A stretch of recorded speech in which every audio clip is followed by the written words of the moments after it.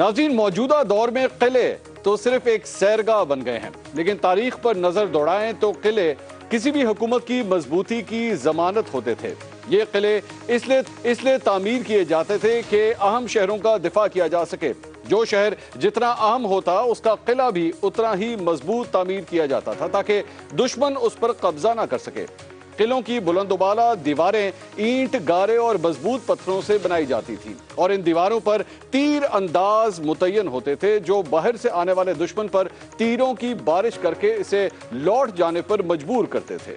جب دشمن اپنی فوجیں لے کر شہر فتح کرنے کے لیے آتے تو ان کا واسطہ اونچی اور مضبوط فصیلوں سے پڑتا جو اہل شہر کی حفاظت کرتی تھی۔ جب شہر والے قلعہ بند ہوتے تو اس شہر کا محاصرہ کر لیا جاتا۔ معلوم تاریخ میں پہلا مشہور محاصرہ ٹروائے کا تھا جو 1200 قبل مسیح میں ہوا۔ دنیا میں طویل ترین محاصرہ یونانی شہر کینڈیا کا تھا جو عثمانی ترکوں نے 21 برس تک جاری رکھا۔ یہ محاصرہ تو 21 برس کی سر توڑ کوششوں کے بعد کامیاب ہو گیا، لیکن تاریخ میں ایسے کئی طویل محاصروں کا ذکر ملتا ہے جن میں اہل شہر نے اپنے بلند حوصلے اور تیروں کی بارش سے کئی گنا طاقتور دشمن کو ناکام لوٹ جانے پر مجبور کر دیا۔ ناظرین، طاقتور مخالف سے مقابلے کے لیے شہر کے حکمران اور قلعے کی فصیلوں پر تعینات تیر اندازوں کا ایک پیج پر ہونا ضروری سمجھا جاتا تھا۔ یہ ممکن نہیں کہ تیر انداز اپنے تیر کمان پھینک دیں، شہر کے دفاع سے انکار کر دیں اور پھر بھی قلعہ دشمن سے محفوظ رہ جائے۔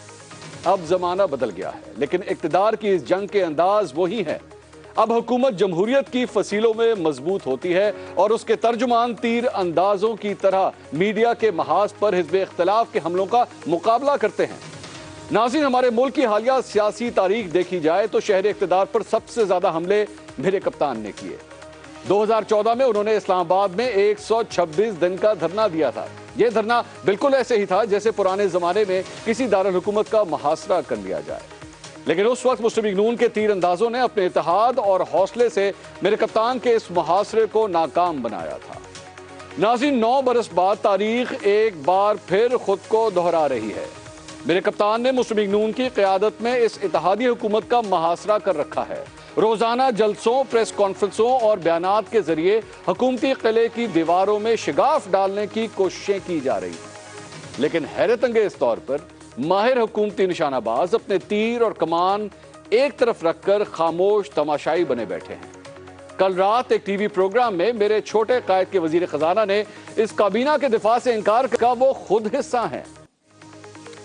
ناظرین، مفتاح اسماعیل کی بات آپ نے سنی۔ یہ حال ہے اس شخص کا جس پر میرے چھوٹے قائد کو انتہائی اعتماد ہے اور جس کی خاطر میرے چھوٹے قائد نے غیروں سے ہی نہیں بلکہ اپنوں سے بھی باتیں سنی ہیں۔ مسلم لیگ نون کے رہنما عابد شیر علی نے مفتاح اسماعیل کے بارے میں کیا کہا تھا، اب وہ سنیے گا۔ سنتا ہوں مفتاح اسماعیل صاحب کو، بڑا افسوس ہوتا ہے جب وہ عوام کو کہتے ہیں جی کہ بڑھ جاتے ہیں تو کیا ہوا۔ مفتاح اسماعیل صاحب ذرا دفتر سے باہر نکل کے غریب عوام میں جائیں، آپ لوگ بل کس طرح دیتے ہیں، لوگ خودکشیاں کیسے کر رہے ہیں، جھولی اٹھا کے بدوائیں دیتے ہیں ہمیں۔ خدا رہا یہ مسلم لیگ نون کا وتیرہ نہیں ہے۔ ناظرین، یہ مسلم لیگ نون کے وہ تیر انداز ہیں جن کو میرے چھوٹے قائد نے قلعے کی حفاظت سونپ رکھی ہے، لیکن عملی طور پر یہ پہرے دار نیوٹرل ہو کر بیٹھ گئے ہیں۔ یہی حال مسلم لیگ نون کے شعلہ بیان ترجمان طلال چودھری کا ہے جو مخالفوں پر حملے کرنے کے بجائے میرے چھوٹے قائد سے اپیلیں کرنے بیٹھ گئے ہیں۔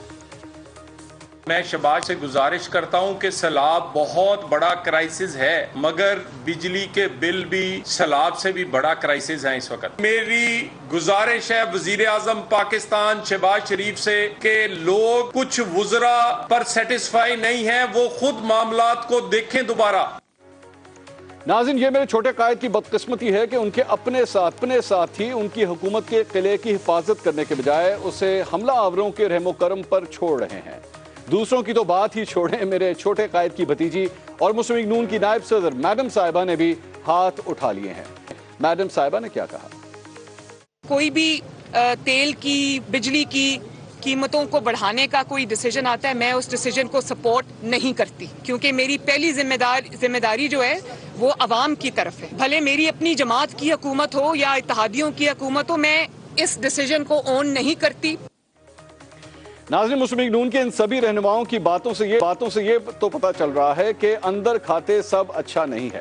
یہ ٹھیک ہے کہ پہرے دار دشمن سے نہیں ملے، لیکن اپنے قلعے کی دیواروں میں ہوتے شگاف کو بھرنے میں بھی دلچسپی نہیں رکھتے۔ جن رہنماؤں کی باتیں آپ نے سنی، ان سب کی میرے چھوٹے قائد تک رسائی مشکل نہیں۔ وہ یہ باتیں خود ان کو بھی جا کے بتا سکتے تھے، لیکن میڈیا کرنے کا مطلب صرف یہی ہے کہ میرے چھوٹے قائد کی اپنی ہی جماعت ان سے مطمئن نہیں ہے۔ دوسری طرف میرے کپتان اتنے عقل مند ضرور ہیں کہ مسلم لیگ نون کی صفوں میں پڑنے والے اس پھوٹ سے فائدہ اٹھا لیں۔ آج میرے چھوٹے قائد نے لندن میں اپنے بڑے بھائی میاں نواز شریف سے 3.25 گھنٹے کی ملاقات کی۔ اس ملاقات میں نئے سپہ سالار کی تعیناتی اور پنجاب میں تحریک عدم اعتماد پر رہنمائی لینے کے ساتھ ساتھ شاید انہوں نے اپنی ہی جماعت کی بے رخی کی شکایت بھی کی ہو۔ دیکھتے ہیں اس ملاقات کے نتائج نون کے حق میں نکلتے ہیں یا شین کے حق میں یا پھر میرے کپتان کے حق میں۔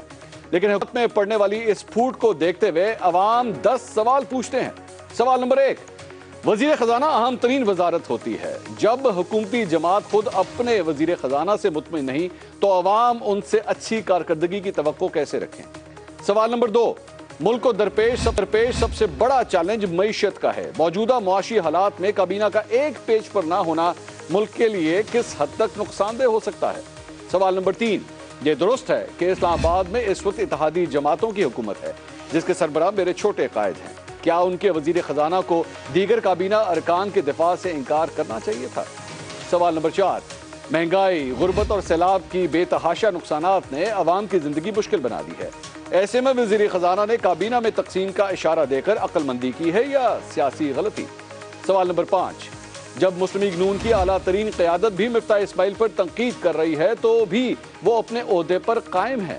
کیا میرے چھوٹے قائد ان کی کارکردگی سے مطمئن ہے؟ سوال نمبر 6، مفتاح اسماعیل کے سبھی فیصلے صرف عوام کے لیے سخت ثابت ہوئے ہیں، ان کی کارکردگی پر بہت بڑے سوالیہ نشانات ہیں، پھر بھی میرے چھوٹے قائد انہیں وزیر خزانہ برقرار رکھنے پر کیوں تلے ہوئے ہیں؟